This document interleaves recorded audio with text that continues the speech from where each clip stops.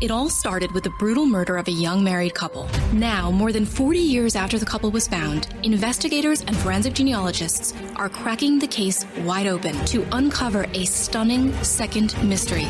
Where's the baby? I said, well, wait, he had a baby? What happened to their baby daughter, Holly? Where's Holly Marie? Where's Holly? What about Holly? Get early exclusive access and ad-free on Fox News Podcasts Plus. Visit foxnewspodcasts.com to get started today. From the Fox News radio studios in Midtown Manhattan, it's the fastest growing radio talk show. Brian Kilmeade.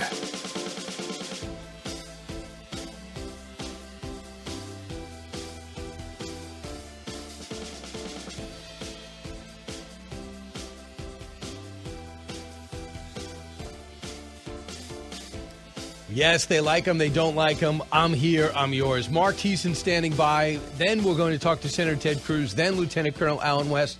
It's up to me to put it all together as we get closer and closer to finding out who's in control of the House. Get this, 217 to 205 now. They're one away from getting the majority, and I'm talking about the Republicans. We wait on Georgia, but it looks as though, we know, barring any unforeseen circumstances, that the Senate belongs, again, 50-50 at least, to the Democrats. So that has a lot of soul searching for the Republicans. We'll discuss that with Mark and Ted Cruz as well as Allen West. So let's get to the big three. Now with the stories you need to know, it's Brian's Big Three. Number 3. It's much bigger than Enron. It's probably going to end up being at least 200% bigger than Enron. A lot of questions have to be asked about the celebrity endorsers, but more importantly, the professionals. There were a lot of professionals on Wall Street who got behind this company. And that is Charles Payne talking about FTX, the billion-dollar donor to the Dems and crypto magnate to the stars, has been blown up and affects the masses and the left pervasively. It makes Madoff look like a rounding off era. How can this happen? And should all the Dems give their money back? Number 2. There's polling on this that reflects this, that while he maintains real influence within the Republican Party, no two ways about that, but it has begun to fade. It started fading, really, I think, after his antics post-election in 2020. Right. Announcement day for Trump 24. What will he say? Who is on his team and who isn't, as the GOP House and Senate get set to lock in their leadership? Let the battles begin. Number 1. You can govern with a pretty narrow majority. It's challenging, it's exhausting, it's tricky, but it can be done. That is, of course, Newt Gingrich. House about to go red. The GOP is one seat away as we are still counting the ballots from last week's election. It's a joke. In a stunner for the Dems, Kari Lake loses her bid to be the next governor of Arizona, but is not conceding yet. That is a victory for them. I thought Kari Lake was really the future of the Republican Party, at least in the near term. But if you don't win that race, you can't be the future. Mark Thiessen, former speechwriter for Bush, Fox News contributor, Washington Post columnist, joins us now. Mark, welcome. It's good to be with you. And if we do Fox and Friends the musical, I want to duet with you. You were watching this morning. Yes. Of course. I watch every morning, Brian. There's a lot of talk of that. There's a lot of talk. But it's hard to sing breaking news because a lot of it doesn't rhyme. Mark, first off, the president's going to make a speech, is going to make his announcement 9 o'clock tonight. He's going to say he is running. What is your reaction? So I say this with sadness, not anger. I probably spilled more ink in the Washington Post defending Donald Trump than any human being alive. I'm not an ever-Trumper. I think he was one of our greatest conservative presidents. It's a huge mistake. It's a huge mistake for him to run. I think that what we saw in this election, number one, was that every race you saw where you saw an extreme, with a few exceptions, the extreme Trump candidate, someone who denied the results of the election, they lost. It was the mainstream candidates. It was the Ron DeSantis's. It was the Mike DeWines. It was the Sununus. It was the Abbotts who won their elections. And so I think what that says is that the American people thought that he was a very strong president. They liked his policies, but they didn't like his behavior in office, and that's why they didn't elect him in 2020. He never learned, by denying the results of the election, he was never able to learn why he lost and fix it. And we just saw that the American people just reiterated their judgment on that.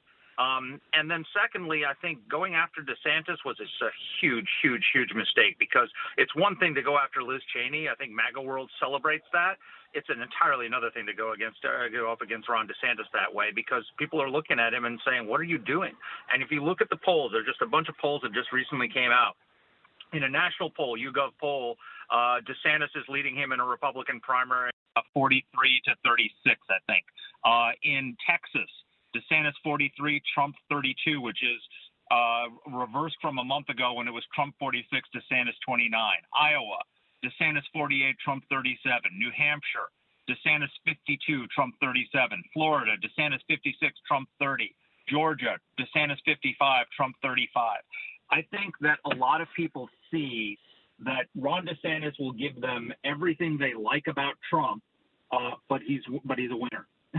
And we've now lost 2 elections with Donald Trump leading the charge, and Republican conservatives are, he told us we'd win so much we'd be sick of winning. I think a lot of conservatives are sick of losing and they want to win. So a lot of people think that the left and the right is blaming Trump, they're looking for a scapegoat. Do you think there could be an over anger when it comes to Trump? I don't think it's fair to say that Trump's a scapegoat. I think he injected himself into these races. He didn't spend any money promoting his own candidate. So, I mean, the total spending, McConnell spent $241 million backing some of these Trump candidates, and Trump spent $14.7 million total, right? So, what's the one big victory for Donald Trump was J.D. Vance, right? When J.D. Vance won that primary with Trump's endorsement, he had about $400,000 in the bank, and he was almost $1 million in debt from the primary. And Trump came in, gave him nothing. The senatorial committee did almost nothing for him. Mitch McConnell came in and spent $32 million, took that race on his shoulders, and saved J.D. Vance, who won by 7 points in a state where DeWine won by 25. So even that victory, which is for a Trump-backed candidate, it was because McConnell came in and saved the day. And so, I think he cost us the Senate. If we had Doug Ducey didn't get into the race in Arizona because of Trump. If he was our nominee, we'd have that Senate seat right now. Sununu didn't get into the Senate race because of Trump. We would have the New Hampshire seat right now. So I think we'd control the Senate if Trump hadn't inserted himself into the primaries. So a couple of things. Just give me an idea what the rest of the Republican Party looks like. Lindsey Graham says he's waiting till after Georgia. He wishes Trump would too. Elise Stefanik firmly in the Trump camp. Richard Hudson, a Republican in North Carolina, firmly in the Trump camp, as is Jim Banks. Tommy Tuberville in the Trump camp. John Thune not. John Cornyn not. Not saying he's out, but he says I'm not going to play a role in the primary process. Let it play out. Essentially saying I'm not going to vote for him in the primary, but if he gets it, I'll go for him over somebody else. There's going to be an interesting time. Ken Griffin of the Citadel, he says I'm not going to be backing him. He's a 3-time loser. Yep.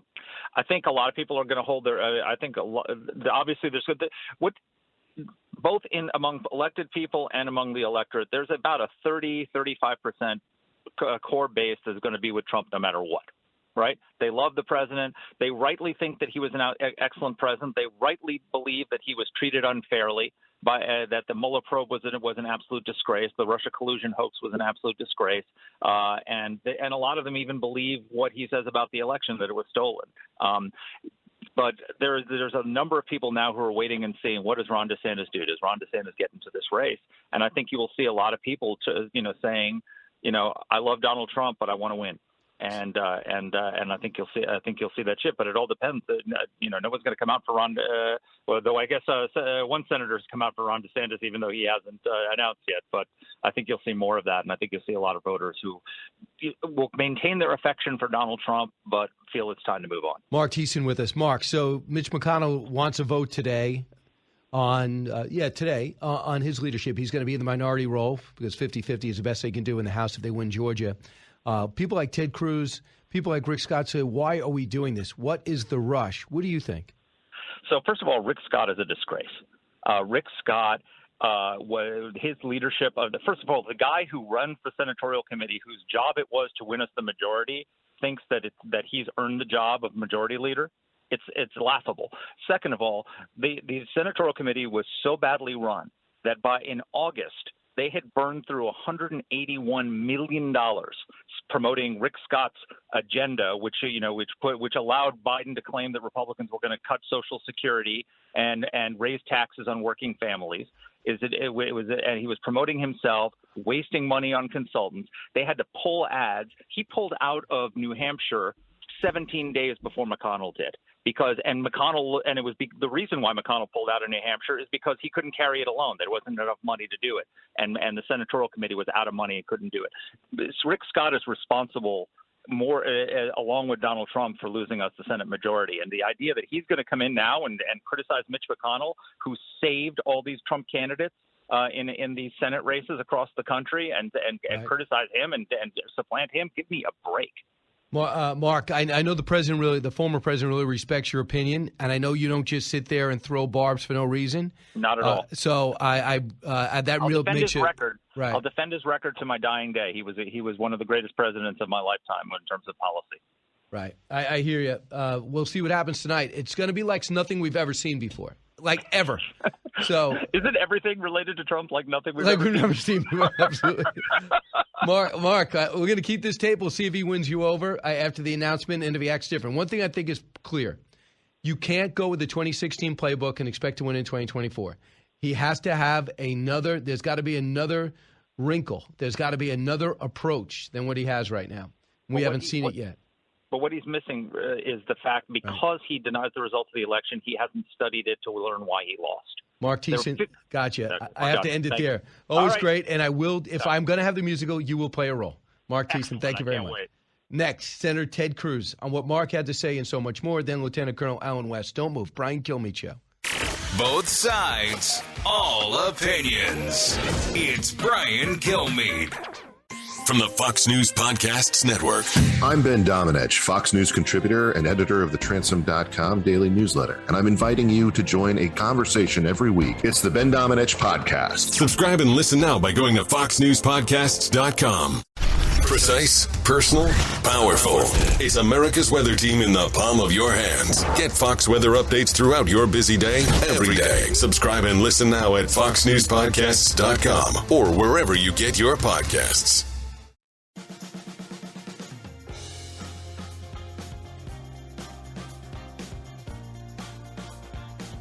He's so busy, he'll make your head spin. It's Brian Kilmeade. So first of all, Rick Scott is a disgrace. Rick Scott, his leadership first of all, the guy who runs the Senatorial Committee, whose job it was to win us the majority, thinks that he's earned the job of majority leader. It's laughable. Second of all, the Senatorial Committee was so badly run that in August they had burned through $181 million promoting Rick Scott's agenda, which allowed Biden to claim that Republicans were going to cut Social Security and raise taxes on working families. Rick Scott is responsible along with Donald Trump, for losing us the Senate majority. That was Mark Thiessen moments ago, the former speechwriter for President Bush and Washington Post columnist, Fox News contributor. I wanted to get Senator Ted Cruz's take on that because things are in flux with leadership and the vote that's supposed to take place tomorrow. Senator Ted Cruz of Texas joins us now. Senator, welcome back. What did you think of what Mark Thiessen said? Was he summing up Rick Scott's performance accurately? No, not remotely. Unfortunately, what he's doing is carrying water for current Republican leadership, who's decided that the way they want to hold on to power is by planting negative stories, attacking other Republicans, and in particular, they planted dozens of stories trying to lay the blame at the feet of Rick Scott. Listen, this election should have been an historic victory. We should have retaken the Senate. We should have big majorities in the House, and we didn't. And any sensible Republican conference would stop and take assessments of why we didn't have the kind of victories we should have had. And what leadership is trying to do is they're trying to ram leadership elections through tomorrow morning. They want to vote as fast as possible and just rubber stamp the same leadership we've had for the past decade. I don't think that makes any sense. We don't even know who's going to be in the conference. I and about a dozen others have called for delaying the leadership elections until after the Georgia runoffs. The Georgia runoffs are on December 6th. We will find out. I hope that Herschel Walker wins. I've already been down there campaigning for him in the runoff. I was there 2 days after the election. We had a huge rally. 3,000 people came out, but that election matters a lot. We need to wait and see who is in the conference. We also don't know who's going to win from Alaska. That election is still being decided. So we have 2 seats that are still being decided. But more fundamentally, Brian, we need to have a debate about the direction of the Republican conference. For the last 2 years, it has been the position of leadership that we can't really fight against the Democrats. On bill after bill after bill, they're passed with all the Democrats and 10 or 12 Republicans. Now, the Democrats never do that when Republicans are in charge. When we had majorities, you saw essentially nothing pass with all the Republicans and 10 or 12 Democrats. They never roll over to pass our agenda, and our leadership thinks it's a good idea to roll over to pass their agenda. And I think one of the reasons we lost on Tuesday is that we didn't have bold, clear, conservative leadership. We didn't have a clear agenda, and we didn't turn our voters out. Yeah, the real good thing is they thought by being so bad, you guys could just be an answer. And if you dig in on a policy, they'd have something to run against. And maybe Rick Scott coming out saying we have to reevaluate the non-discretionary spending was the opportunity for Barack Obama to make a cartoon out of it. Senator, what's going to be the difference? You've been in Georgia. I'm a fan of Herschel, too, as a person. Candidate, he's brand new at it. What did you learn from 2020's runoff that's going to help you in 2022? Well, I'm a lot more optimistic about this runoff than one we had 2 years ago. You know, when we had that runoff in 2021, it was right after the 2020 election, and I got to tell you, our voters were demoralized. They were dispirited. They were pissed off. You could see it when you'd go down there. You'd have conservative voters that would show up at rallies, and they'd just be yelling. They were just angry. And what happened in the 2020 runoff is that our voters stayed home. They didn't show up and vote, and that is a sure way to lose, as we did then, 2 seats and flip control of the Senate. The question here on December 6th is whether conservatives, whether just common sense Georgians show up and vote at the polls. I think it is critically important, and I'll tell you one reason it is very, very important. This is something I explained on my podcast that I do 3 times a week, Verdict with Ted Cruz, where I explained why Georgia matters even though, tragically, Democrats have won control of the Senate. And the reason is, if we lose in Georgia, the Democrat majority grows by 1, which puts them very close to being able to end the filibuster and ram through policies that would do generational damage to our country.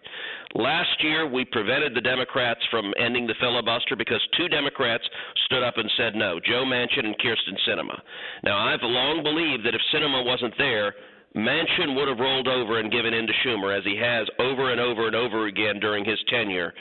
If the Democrats win in Georgia, I think they'll roll Manchin and end the filibuster, and that would do enormous damage to this country, including passing S1, which strikes down every election integrity law in the country, registers millions of illegal aliens, registers felons to vote, including, I think they will also make millions of illegal immigrants citizens and allow them to vote. I think they will add 2 new states, D.C. and Puerto Rico, because they think they'll get 4 new Democrat senators. And I think they'll pack the United States Supreme Court with 4 radical left-wing justices. That's what's at stake in Georgia. So I very much hope Georgians show up and vote on December 6th. Although you're likely to take the Senate back in 2 years, it would be suicidal for them to do something that stupid. But if they want a short-term gain, we know Harry Reid paid the price for what he did to filibuster. Senator, but they're that radical that I think they're willing to do it anyway. What you're saying is common sense, but there's not a lot of common sense in the radical left right now. All right, Senator, always love getting your perspective. Donald Trump's announcement tonight, where are you going to be on that? I'll be in D.C. doing my job and hopefully fighting to move our leadership elections until after the Georgia runoff so that we can have a real debate about how to have strong, principled leadership in the United States Senate. Senator Ted Cruz, always great to talk to you. Thanks, Brian. There he goes. Gave us a few minutes. We appreciate that. Lieutenant Colonel Alan West coming up next, and then we take your calls, 1-866-408-7669.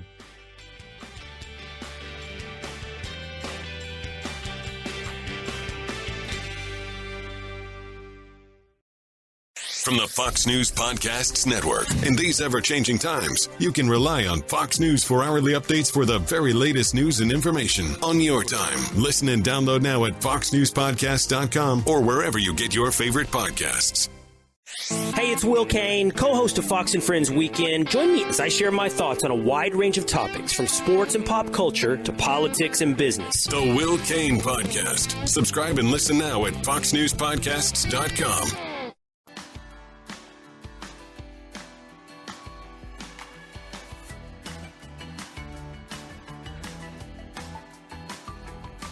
Information you want. Truth you demand. This is the Brian Kilmeade Show. So first of all, Rick Scott is a disgrace. Rick Scott, his leadership first of all, the guy who runs the senatorial committee, whose job it was to win us the majority, thinks that he's earned the job of majority leader. It's laughable. Rick Scott is responsible more along with Donald Trump for losing us the Senate majority. Unfortunately, what he's doing is carrying water for current Republican leadership, who's decided that the way they want to hold on to power is by planting negative stories, attacking other Republicans, and in particular, they planted dozens of stories trying to lay the blame at the feet of Rick Scott. Listen, Mark Thiessen and Senator Ted Cruz, within this half hour, different takes on the Republican Party, the direction they should be taking. Mark Thiessen believes that it should be Mitch McConnell. Just leave him alone. And Senator Ted Cruz says, no way, it's a rush. And don't blame Rick Scott for what went wrong amongst Republicans. A perfect example of a war worth fighting if you're a Republican. You got to recalibrate and figure out what went wrong and right in life, let alone if you have a party worth this much money with a country with this much at stake. Now let's bring in another noted Republican, Lieutenant Colonel Allen West, the American Constitutional Rights Union Executive Director, former congressman from Florida, now in Texas. Colonel, welcome. Good to be with you, Brian. How are you? All right. I pointed out within this half hour, differing views on whether there should be a leadership vote, be the tiebreaker, and who you blame for the lack of red wave, even though the Republicans were on the cusp of taking the majority in the House. Well, I'm going to use a military analogy, and I think that's very helpful. If you recall, the very first battle that the United States Army had in World War II was the Kasserine Pass against the Germans and Erwin Rommel. And it was an incredible rout, a massive defeat for the American Army. And Eisenhower made a decision. Do I continue with the leadership that I had? No. He brought in a crazy old cavalry guy by the name of George Patton. And, of course, things changed in North Africa and changed thereof. Was Patton, one of these guys with a beautiful, wonderful, engaging personality? No, but he knew how to win. So I think right now you have to look at what happened when you have all of the conditions that were set for a Republican victory, especially on the issues, but you were not able to message it correctly. And when you look at the Senate, the fact that Mitch McConnell said that we're not going to have a plan, we're not going to come up with an agenda because we don't want to be held to it, that's not how you win on the battlefield, especially this ideological battlefield. You cannot draw a clear delineation. So there has to be a change in leadership, and I think it also has to occur over in the House of Representatives as well. So you're not happy with McCarthy? No, because, again, when you put out a 150-page document, the American people are not going to read a 150-page document called the Commitment to America. What the American people want is the short, simple bullet points that delineate you from what's going on right now. And, again, the messaging should have been about economic security, energy security, national security, border security, your domestic security, and then educational freedom, because we saw that was a huge issue in Virginia. So you just got to have simple, clear bullet points, not this 150-page document that people really don't understand. Couple of things. So Rick Scott came out and said, we have to find a way to rein in discretionary spending, non-discretionary spending, and we should be evaluating Social Security and Medicare on a regular basis. And they said the Republicans are looking to do it. So it becomes bait for Barack Obama and everything. And then the other side is here's 150 pages of details, and that didn't work either. Everyone says, too, if you really want to boil it down, the economy was terrible, but abortion was something that motivated people to get to the polls. If they're going to leave abortion as an issue in 2 years from now, what is the correct response? Everybody knows you're pro-life. I get it. So knowing that, if you want to win a state that's not, and you're a Republican, what do you do? Well, first of all, you tell Lindsey Graham to shut up, and that comes back to leadership. You should not have Lindsey Graham out there talking about a national 15-week ban or what have you, because we just made the argument based upon federalism and constitutionally that this is a decision for the state. So it should not have been something that was being brought forward by any senator. And again, you have to say that we do not support murdering unborn babies by dismemberment in the womb as a means of birth control. That's how you win this issue, and especially you don't support it all the way up to the point of birth. And you furthermore don't support this thing, what Maryland and California are doing, saying that even a baby that survives an abortion should be allowed to die. You look at Resolution 131 out in Montana that said that a child that survives an abortion should not receive medical care. You've got to do better at going out there and showing how extreme the position that the progressive socialist left is taking is. And so that's where you have to be able to articulate this. And again, at that state level. So you need strong governors. They're going to come out there and tackle this issue, and strong state legislators. But if you just had a Supreme Court that said that this is being pushed to the state, then the federal government, the people that are running at the House and Senate level up there, should not be making this a discussion. And they should say that Roe v. Wade was Dobbs decision was a correct decision when you look at the Constitution. Right. And everyone knows that decision was ripe to be overturned, and including Ruth Bader Ginsburg. So let's talk to Colonel. Another area of expertise is the body in which you serve, the House. So now, if Kevin McCarthy or Andy Biggs, whoever's running the House, how do you govern a body this big with this small majority, 3, 4, 5 people? Here's what Newt Gingrich said. Cut to. You can govern with a pretty narrow majority. It's challenging, it's exhausting, it's tricky, but it can be done. And I think the Republicans are going to be in charge. And as you know, passing over that gavel from Pelosi to McCarthy is an enormous shift in the balance of power in Washington. So your thoughts about trying to get something like the Freedom Caucus on board with policies that maybe they don't necessarily want to do?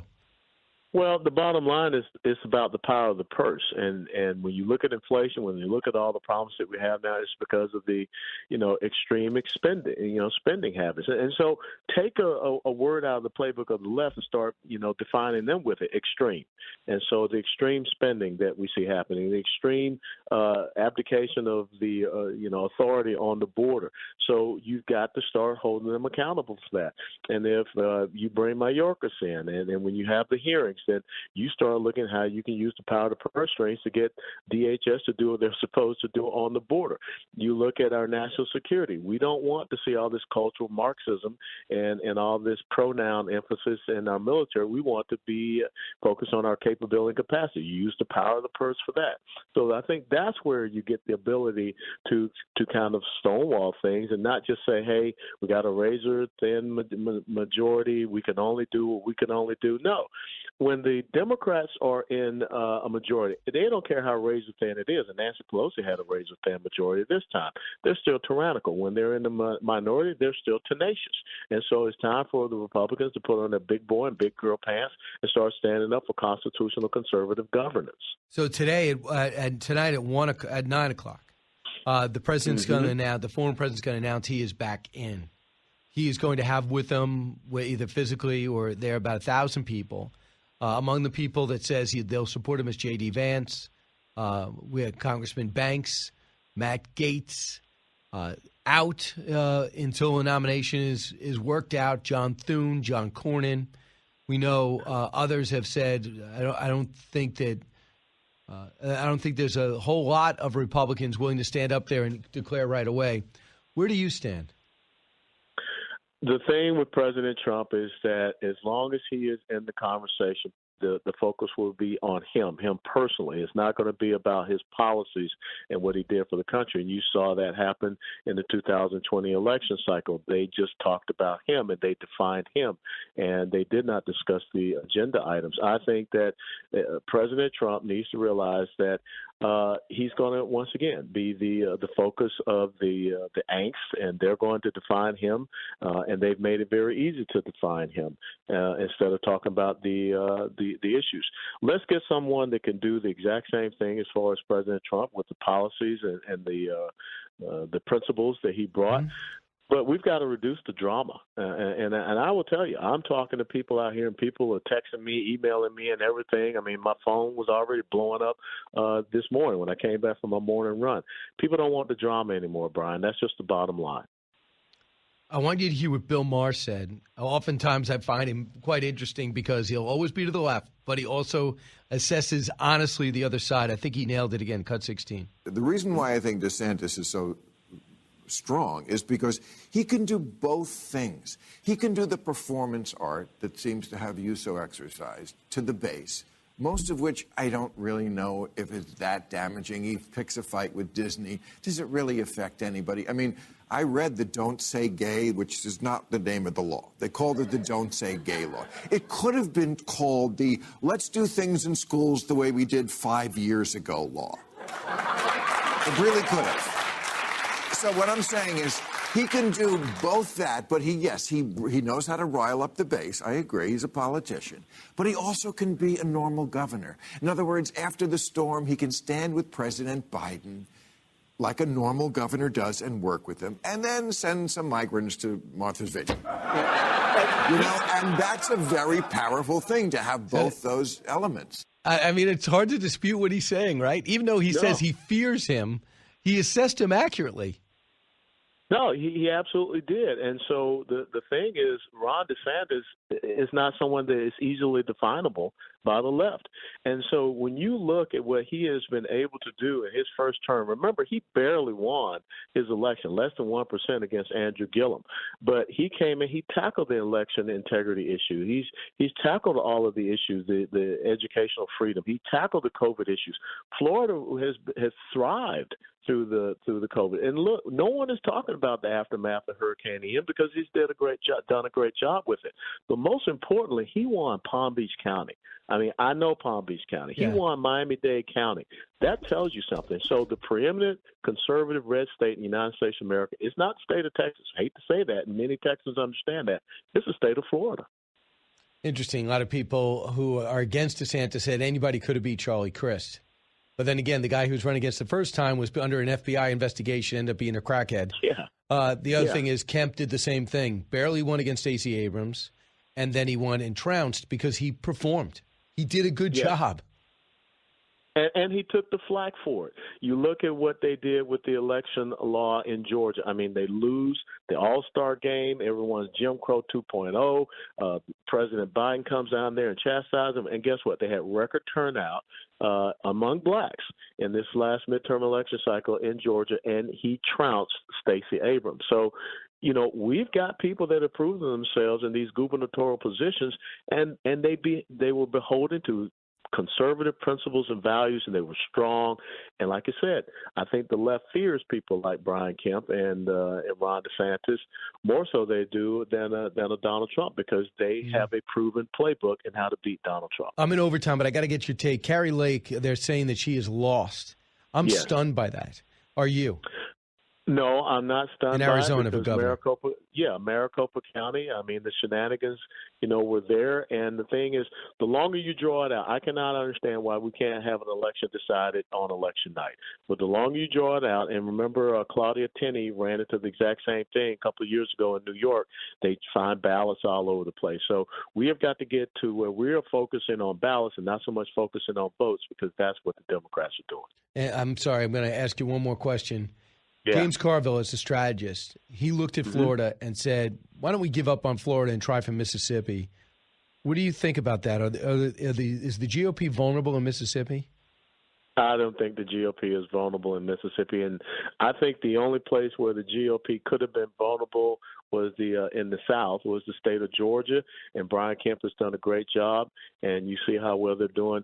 The GOP has to, focus on the major urban population centers all across the South, Southeast, to include here in Texas. But again, they need to make better inroads into the black community who are the ones really suffering under these failed policies of the left. Always great to talk to you. Colonel Alan West, thank you. Thanks so much, Brian. God bless. All right, now we'll see Alan West December 3rd. It's a great event. Go to briankilmeade.com and just click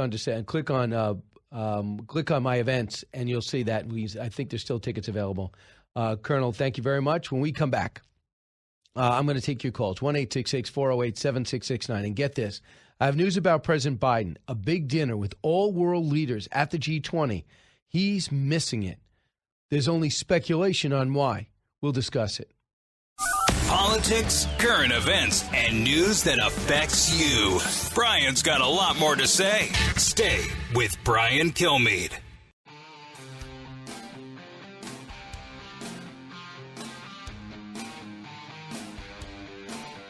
From his mouth to your ears, it's Brian Kilmeade. The reason Democrats won is because we fought together as a party. I was out there campaigning for every Democrat in Arizona. I was personally donating money, raising money for them, for our senators, for everyone up and down the ticket.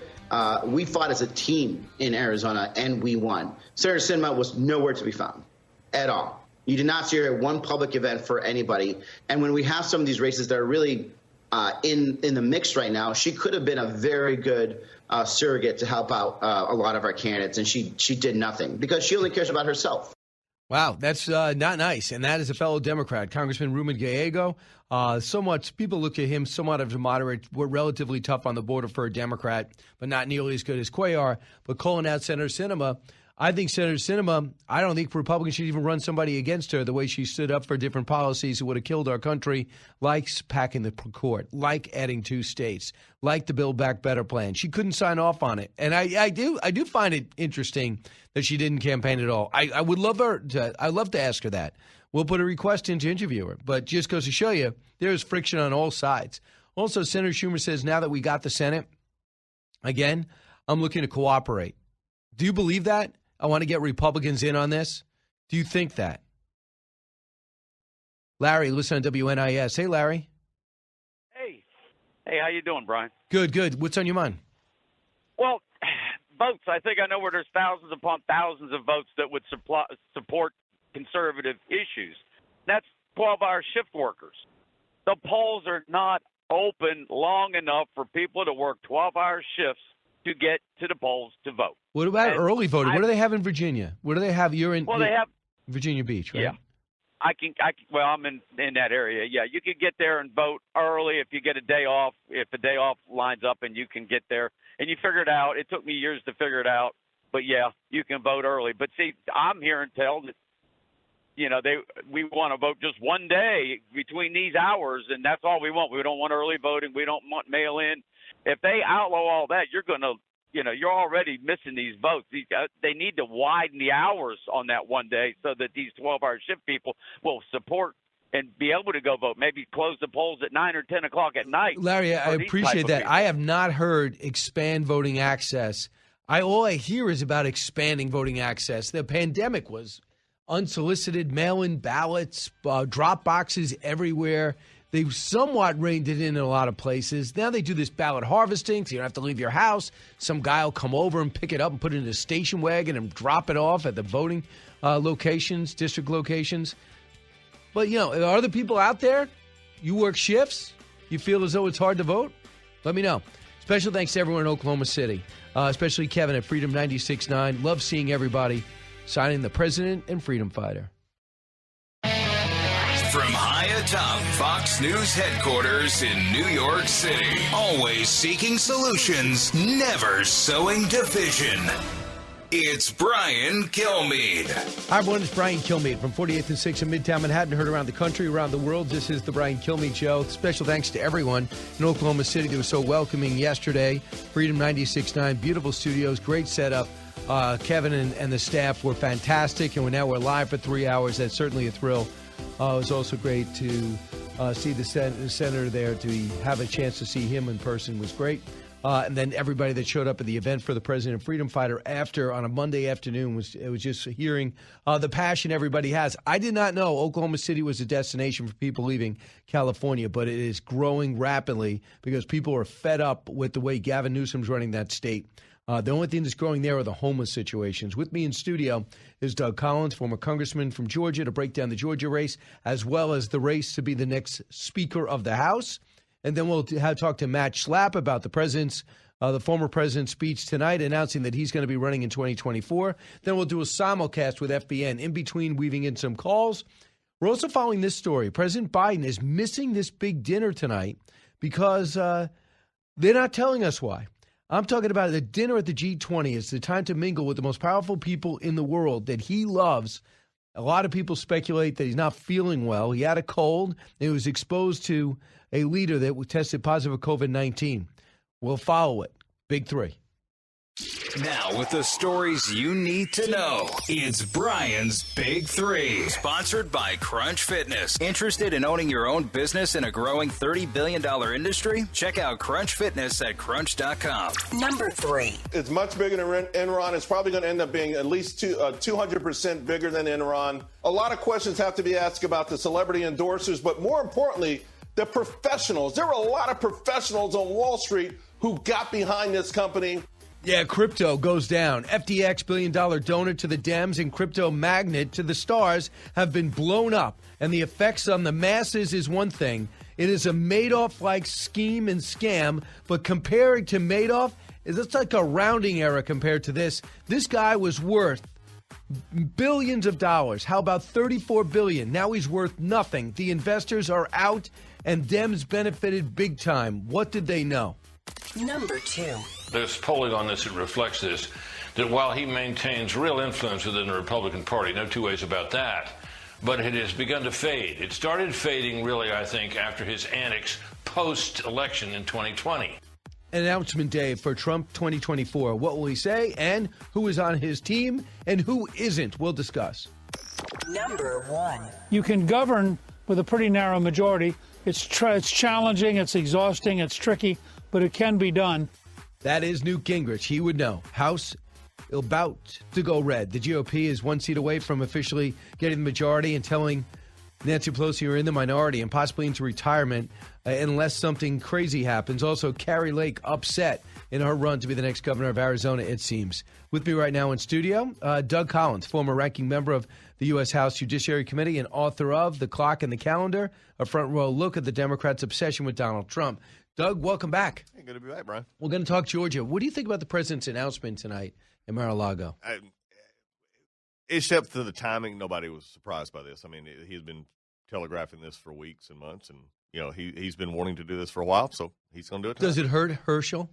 It distracts. I mean, whether it help, I think it'll help some with turnout. But it'll help. It may hurt in the sense that you have some come out and say, "I don't like Trump, so I'm going to take it out on Herschel."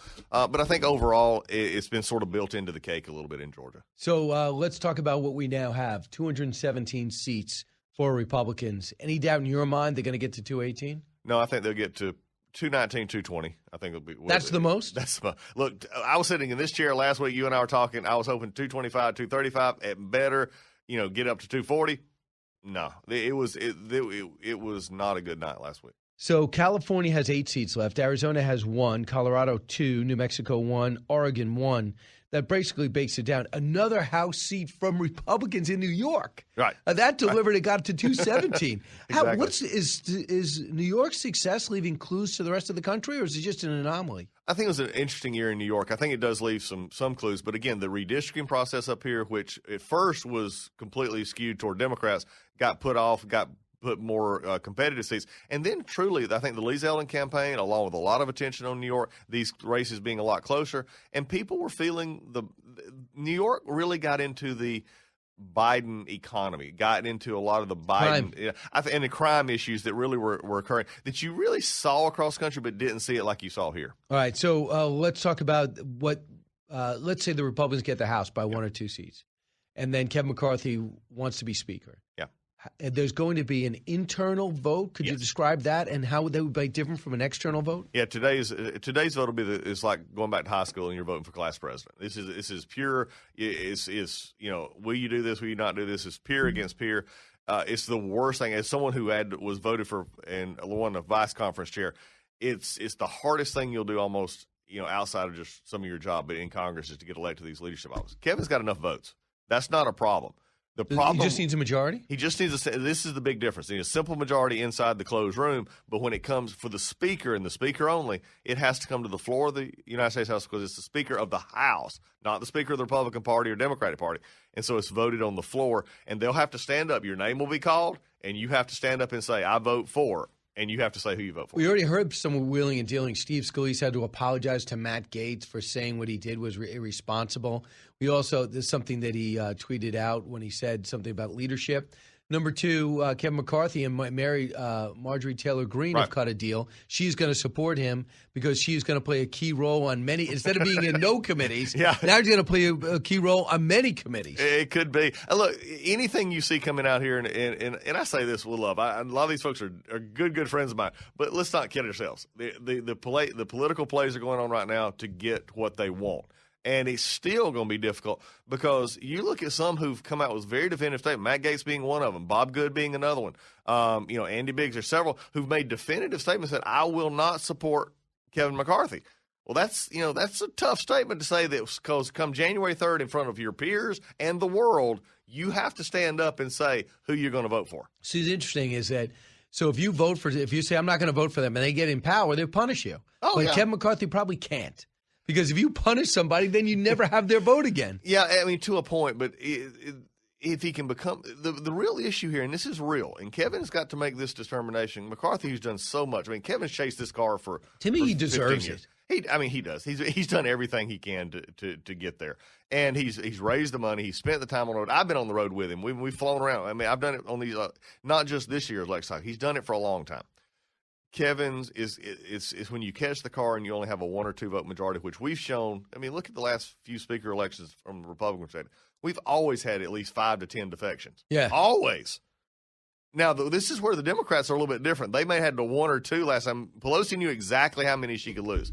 Kevin's got to make sure that if he goes to the floor with it, that he knows exactly who he's going to lose, and there can't be a surprise. So I heard that one pledge was, are you going to ask for Democratic votes when it goes to the floor? Ooh. And that you don't want to say that. Kevin McCarthy says, no, I'm not going to do that. No, I mean, if they happen to vote for him, fine, but he cannot be seen as looking for Democrats. Trump is trying to help him get leadership. Does that help? It does with some, but again, you go back to a statement, and this is where I've said this before when I advise candidates about a lot of issues. Don't say what you will definitely not do unless it's a true hill to die on moral issue. And so when you say that I'm not going to ever vote for Kevin McCarthy, then set yourself up. All right, I want you to do what Brendan Buck said, former chief of staff for Paul Ryan. Cut 13. Yeah, it's a really difficult moment. You know, when we had trouble sometimes keeping everybody in line, we had a pretty healthy majority, sometimes 10, 15, 30 seats.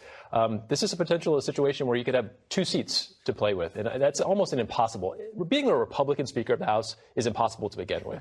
But with a 2-seat majority, what that allows is every single member has enormous leverage over the Speaker of the House. And that's what they're starting to assert on him. They're trying to say, if you want my vote to be Speaker, you have to do things the way that I want them to be done. And all that does is weaken the Speaker. And a weak Speaker only helps Democrats. But each one of these people don't really seem to care much about leadership. They get a lot of their power. A rank-and-file Republican gets a lot of their power by attacking leadership. And it plays to the base and the grassroots. So is he right? Yes. And yeah, that's an easy one. Is he right? Yeah, he's right. What could you do then? If you get the majority in the House, besides not having Nancy Pelosi set the agenda and have a little bit of power, what can actually get done? I think there's a lot that could get done, and we'll take a cue from Nancy Pelosi. Nancy Pelosi possibly had and this is going to be is almost unfathomable to think about. She could actually have had a larger majority, a 3 or 4 seat majority than Kevin McCarthy's going to have. Now think about that for a second. And we thought 3 or 4 was tight. But it comes down to there's going to have to be an understanding among Republicans in Washington that if we're going to get anything done, we're probably not going to get 100% of what we want. We've got to understand that the old Reagan analogy, I'll get 80% and come back. But if they don't and they continue 10 to 15 or 20 of them say, I've got to have this, which is diametrically opposed to 10 or 15, 20 on the other side. And I've been in those. Believe me, I have been in those fights when we had a 30, 40 seat majority. Okay, and it's just difficult. It's going to be crazy. It's going to be frustrating. Kevin's, his hair will be much lighter in pulling. Herschel Walker's already raised $11 million. I just want to bring up, you have a medical background, right? You don't? No. I didn't think so. No. I'm sorry. I was thinking about I'm legal and pastoral. Yeah. We can go either way. You can go either way. But military. the president's 80 years old. Yeah. He looked forward to a G20 meeting. He loved doing that, chairman of the Foreign Relations. Out of nowhere, they say the president will not be going to the dinner. And there's speculation that he's got COVID, even though he tested negative. There's speculation that he might be sick with the flu. It's going through the area. What are you hearing? Well, I mean, it's just, again, it goes back to this president who on 1 minute seems that he is, he's able to carry on a conversation, have a press conference, and then 5 minutes later he's out of it. But here's the one thing, from everything I've ever learned about COVID, and I know they spoke that he met with this other foreign leader, Cambodia maybe. Who have tested positive. Who tested positive.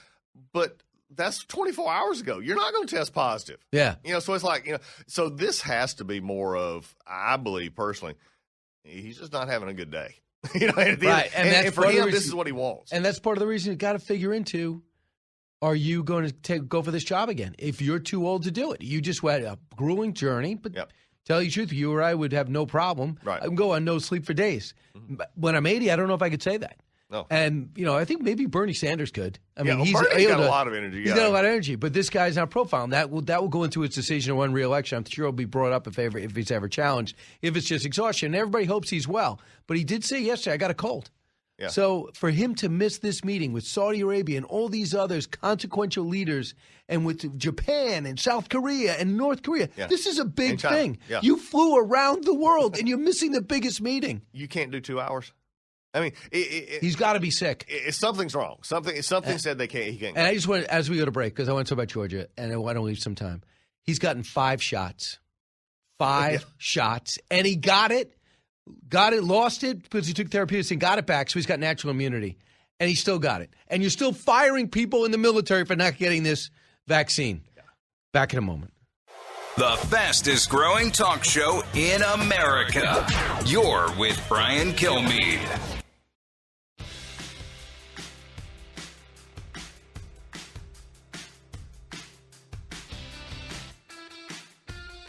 A talk show that's real. This is the Brian Kilmeade Show. We don't have no more time. What they've done to this country in 2 short years, we give them any more time, we won't recognize America again. Herschel Walker is not.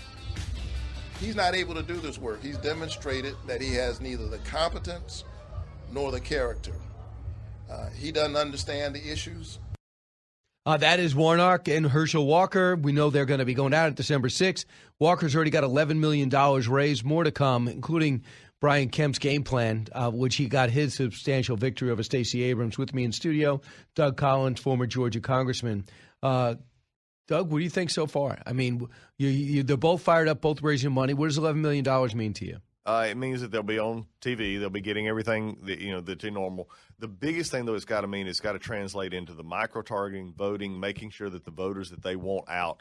Both sides are going to do this, so they just need to make sure those voters get to the poll because you're going to always have a drop-off from the general election. So you got to figure if you had a little under 4 million, maybe 2 million, maybe 2.5. I mean, you got to at least figure on a downturn, especially when it's probably the only thing on the ballot in most of Georgia counties. So what do you think? What do you know about who voted in this last election as opposed to who you can get out for the special election? What did you learn from it? The biggest difference, the biggest concern I saw if I was Herschel was that he got 200,000 votes less than most every other Republican on the ballot.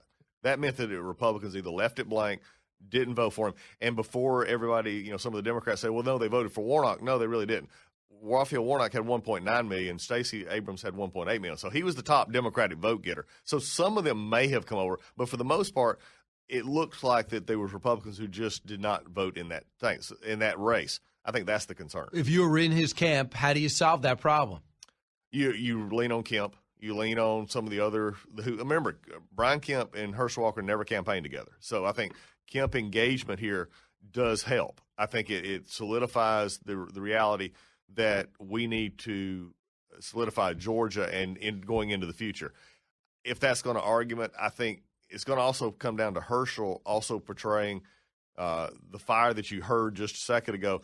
That kind of a focus message is not something we've heard. He was much more let's all get along message. It's getting a lot more focused now. And frankly, Warnock's the other way. Warnock has become the bitter very. Well, he's going after Herschel personally. Very much so. Right, and he wasn't. He was letting the ads do that. Exactly. And why do you think he's doing that, knowing he's vulnerable with these apartments hooked to Ebenezer Church that are 99% owned by Ebenezer Church, and their tenements horribly run? Yeah, this character and competency argument. I wish if I could instill in Herschel just a moment, turn that. I mean, you could turn that so quickly. The character and competence. Oh, Raphael Warnock, you want to talk character and competence? What about a pastor who believes that taking the life of a child in the womb up until the moment of birth is okay? That's the character. Got to really have competency. You're running an organization that has a housing project in which you're kicking out and evicting people that you then on the other side claim to be so in for. And then you're starting putting together, and he's just done it again, to where Raphael Warnock is the biggest race separator that we've seen. It's the first thing out. He wants to give. When you look at it from the race perspective of giving out money, it's always divided by race, and this is something that Herschel and them could focus on. But at the end of the day, this is just simply turnout. You just got to put people in cars and get them to the poll. Wow, this is very interesting. There's going to be no mini debate. What about the Secretary of State Raffensperger looking into inquiring about this with a subpoena to Warnock's group, Ebenezer Church, about these apartments? Yeah, that's going to be interesting. But again, my question is what's taking this a while to come up? Why is it? Did it come up in a campaign? This was sort of out there to start with. The Atlanta Journal-Constitution wrote about it. Yeah, right? I mean, that's an amazing thing in and of itself. So, I mean, it is something out there. I think Raffensperger, who now has 4 more years in the bank, he's done it, is going to press it even harder. It will be. The sad part, the timing-wise here, it'll just be after the election. Does Trump help if he comes and runs a rally there? There's some who say he will, some who say he won't. What do you think? I think that at the end of the day, everybody's got to turn out. And is there some downside? Again, I'm just stating the obvious. Is there some downside because people who don't like Trump in Georgia who might take it out on Walker? Yeah. But also if he doesn't get that hardcore voter who feels – the MAGA voter. Yeah, the MAGA voter that's disenfranchised. If he doesn't get those votes back out, then it puts Walker at a disadvantage too. But Kemp and DeSantis, to me, would be the most preferable rally partners. I think they have the least downside. I think most people would say that there is that those two would have, bring more to the table. Not to say that again Trump wouldn't, but is the question. Doug Collins, always great. Thanks so much. When we come back, match slap inside the Trump movement.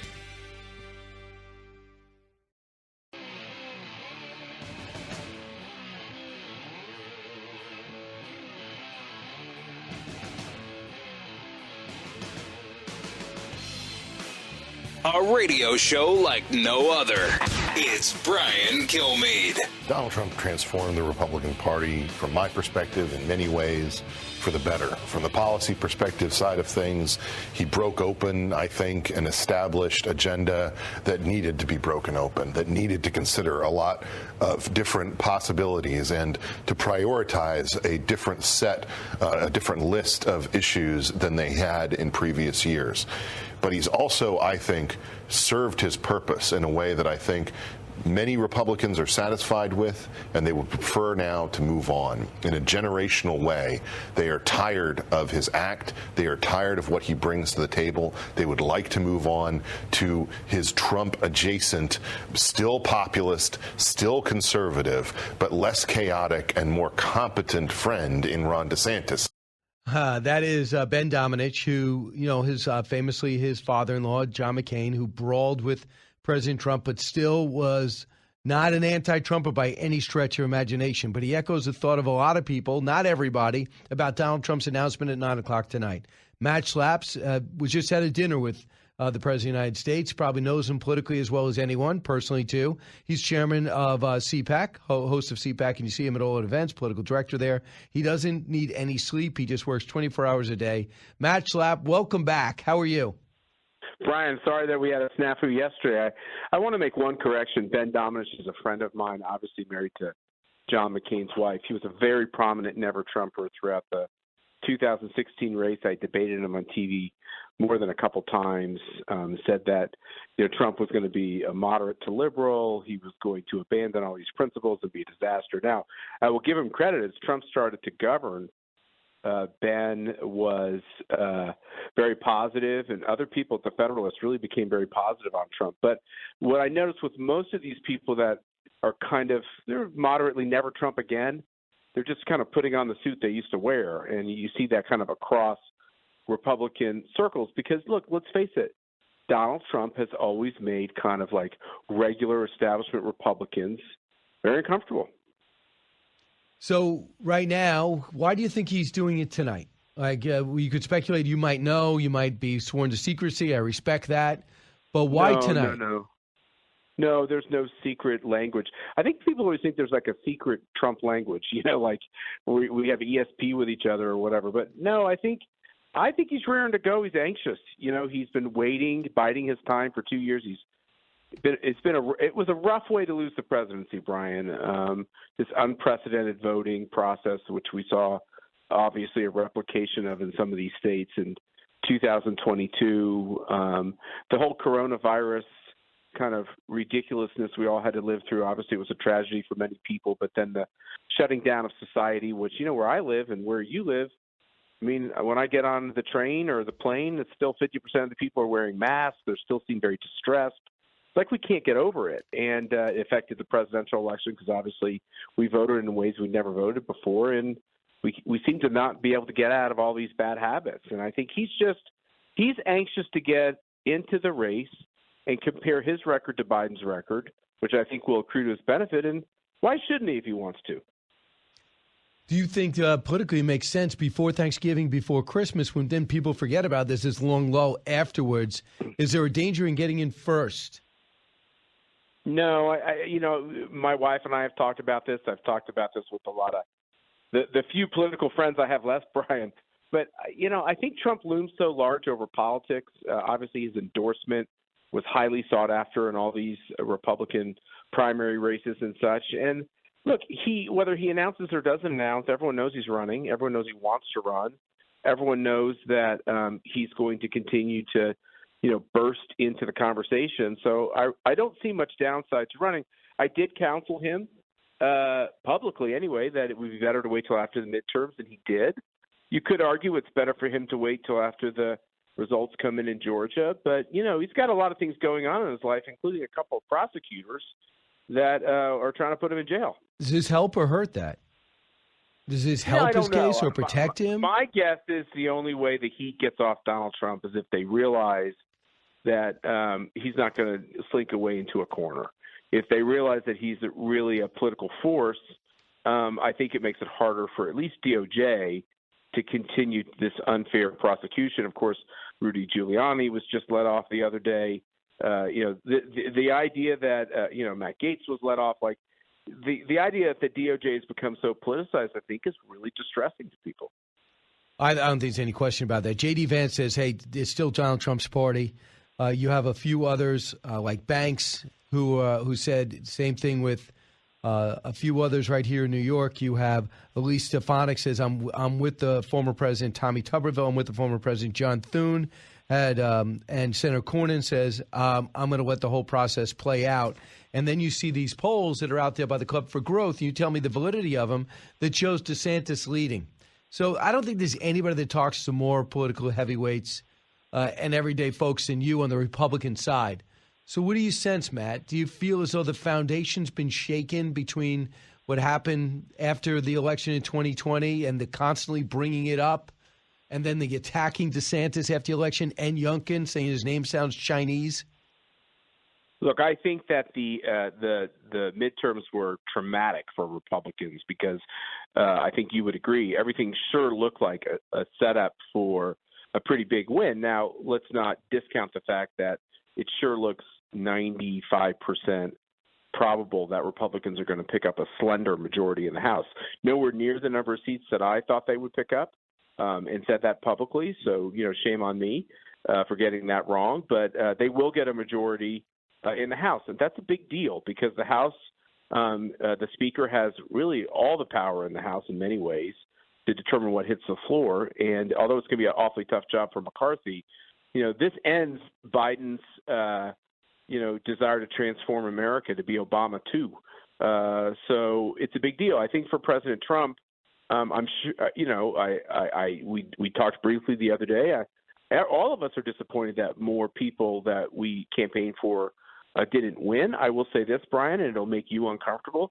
we're not voting correctly in this country. We're voting like no other democracy in the world.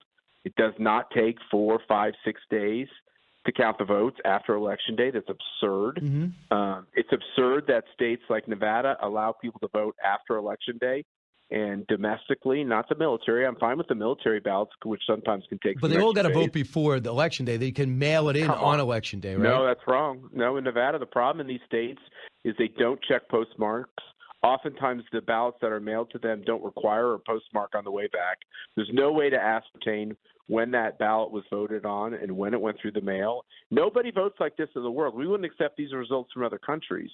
And we don't check signatures in Nevada and Clark County. They still don't assiduously check the signatures on those mail-in ballots, which are, becoming a bigger and bigger percentage of the total vote. It's absurd that we vote this way. And, Brian, the other thing is, in a close election, Republicans will get 53% of the votes on the House and 51% on these Senate races. How come we lost all the close ones? Doesn't make sense. There's a few that came our way, but we lost almost every close election that went into extra innings. And on the Senate, I think we lost every one.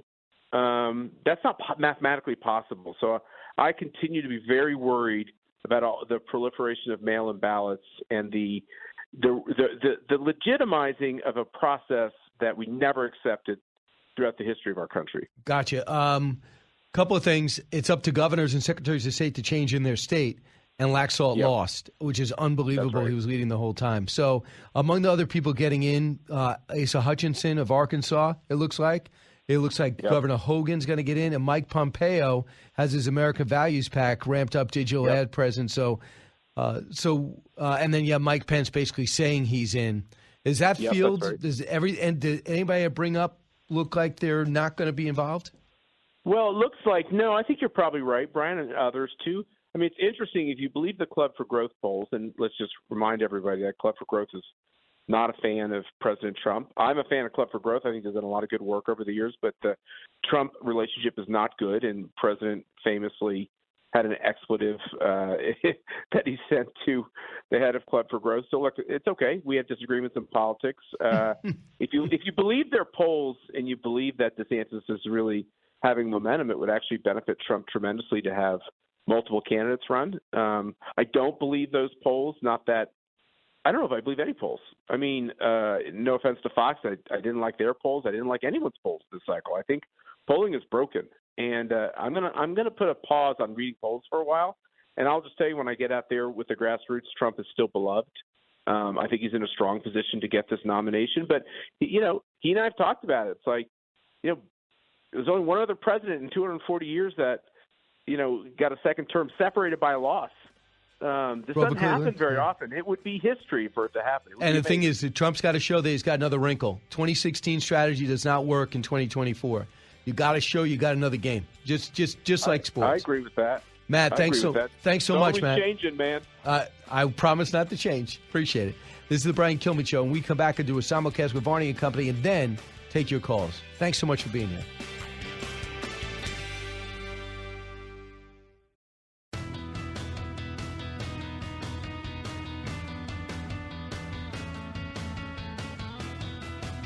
Now, the Brian Kilmeade Show joins Fox Business's Varney and Company with Stuart Varney, live on your radio and on Fox Business. Here's Brian Kilmeade. All right, I'm just going to take off my name tag for a second. We're going to go on and do a simulcast on the fastest growing.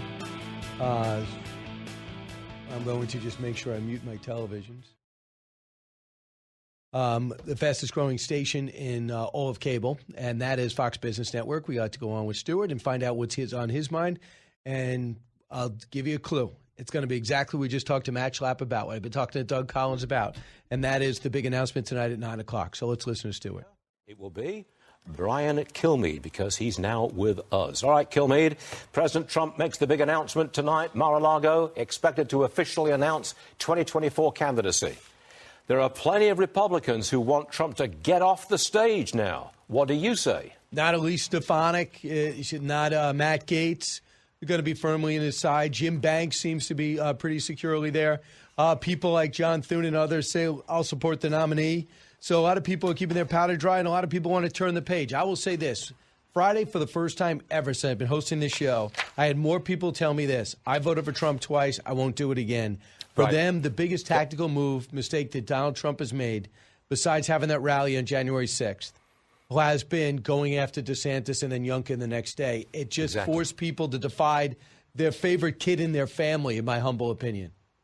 Look, I've been saying all morning that I don't think Trump can win. If he is the nominee for 2024, I don't think he wins. What say you? What I would say is this. Got to show me another wrinkle. The 2016-2020 game plan will not win. It'll get you Republican votes the bulk, but you don't win with Republican votes. You win with independents, and you win with winning over moderate Democrats, who do exist out there. It's pretty clear that it can be done if you look at what happened in certain races in New York. See what's happening. Another seat delivered in New York. And then you see what happened in Florida. We've been over that again. A lot of people want to point to Crist being a weak opponent. I don't, because usually if people don't like the opponent, they don't vote.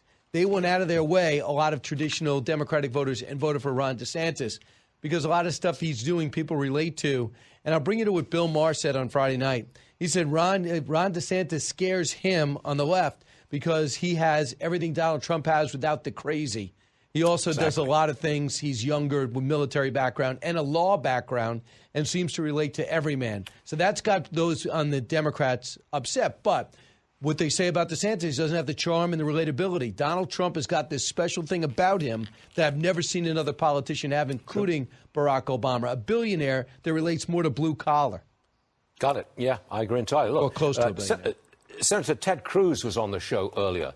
He talked about what the Republicans' focus should be moving forward. Roll that tape, please.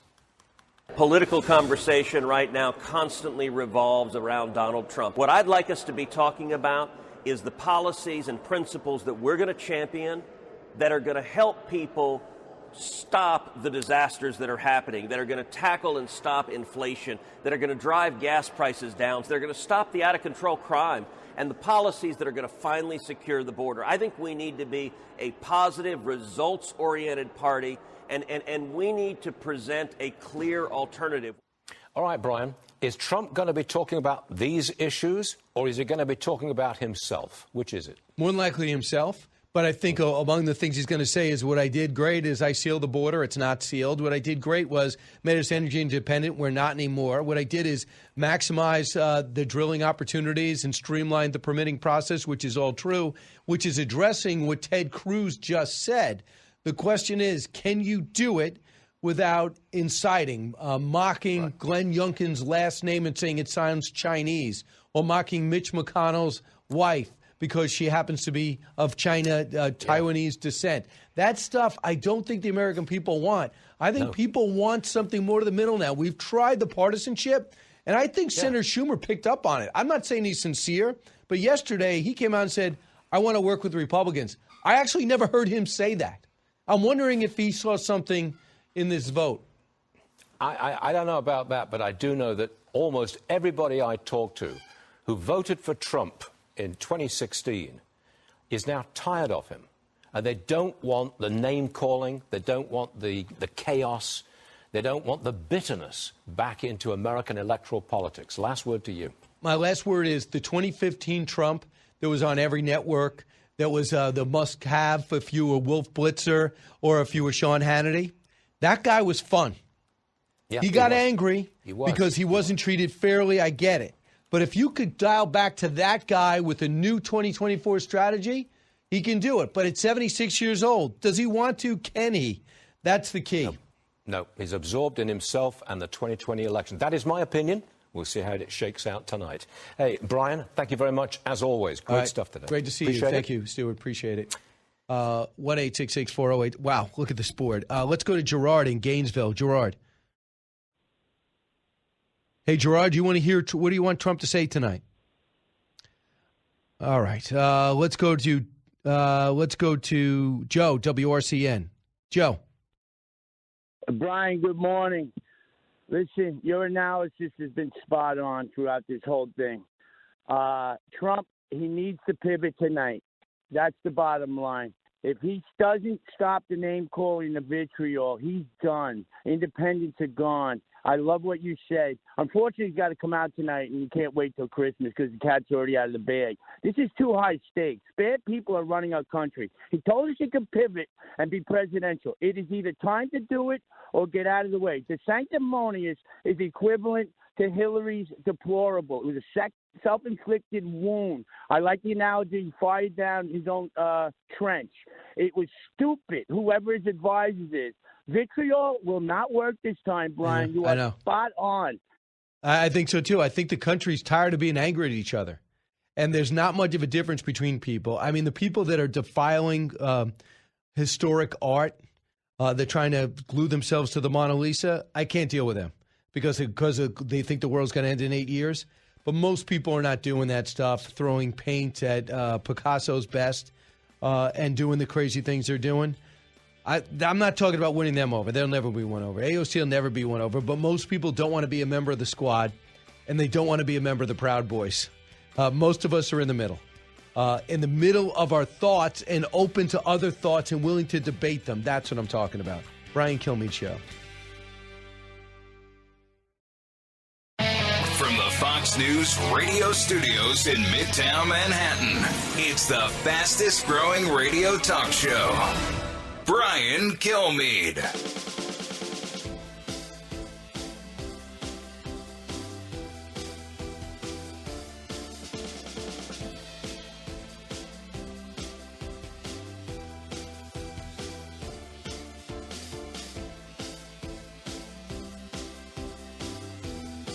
Hi, everyone. Thanks so much for being here. It's the Brian Kilmeade Show, coming to you from 40th and 6th in Midtown Manhattan, back home. Special thanks to everyone in Oklahoma City. I had a chance to meet yesterday. And on Sunday in Tulsa, to see that great crowd out there was fantastic, especially KRMG getting the word out. Special thanks to yesterday in Oklahoma City, Freedom 96.9 now carrying us 3 hours live. It's truly an honor. And as well as everybody in Brandon, Mississippi, and Jackson, Mississippi, that came from. But we had people that come from over 1,000 miles to see us on stage in the co-sponsored Fox Nation show, where I have a chance to talk about all my books, including the one out on paperback now, The President and Freedom Fighter. And we'll be in, very shortly, we're going to be in Myrtle Beach. And you go to briankilmeade.com and you'll find out I'll be signing at the Patriot Awards. The next time, we'll do the show tomorrow in New York, and then we're going to Hollywood, Florida for the Patriot Awards Thursday and Friday. We're going to just have one all-star cast after one all-star cast. Fox-centered, of course. I'm going to get to Mark Brnovich, the Attorney General of Arizona, in a moment, but first let's get to the big three. Now, with the stories you need to know, it's Brian's Big Three. Number 3. It's much bigger than Enron. It's probably going to end up being at least 200% bigger than Enron. A lot of questions have to be asked about the celebrity endorsers, but more importantly, the professionals. There were a lot of professionals on Wall Street who got behind this company. And it fell apart, and they're all out of money. They put billions of dollars over the last two election cycles into the Democrats' coffers. The only one who raised more money than this CEO of the now tragically corrupt FTX cryptocurrency is George Soros. Where's that money? How many people are hurt? This is worse than Madoff. We'll discuss. Number 2.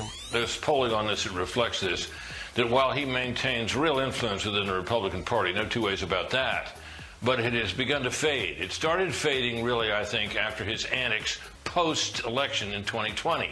That is Brit Hume, of course. Announcement day for Trump 24. Yeah, will it be different from 2016? Will it be different from 2020? Will he have the base behind him? We'll discuss.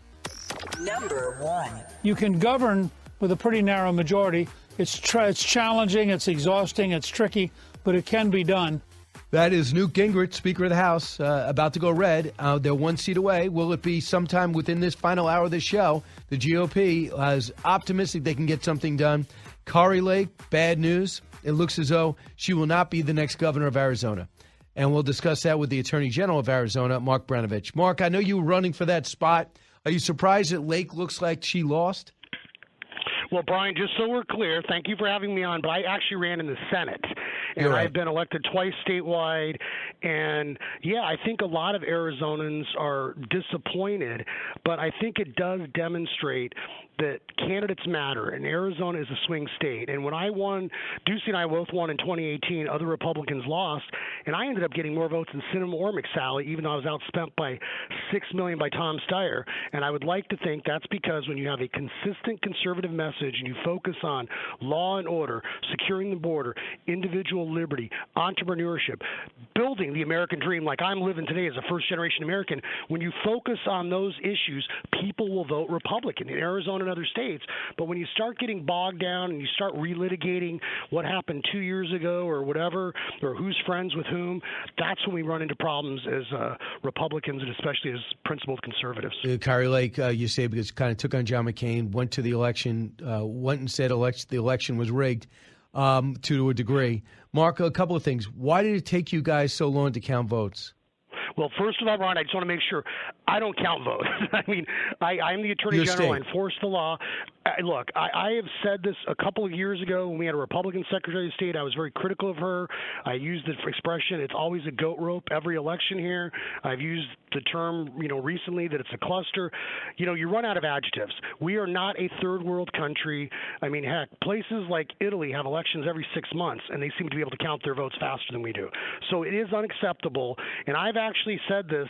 I actually think what we should do is get the Florida law and just copy it exactly here. The legislature, they make the law. We should copy the Florida law exactly and just delete Florida and put Arizona in there, and that way maybe we can get election results on election night. So it's not going to happen with a Democratic governor, don't you think?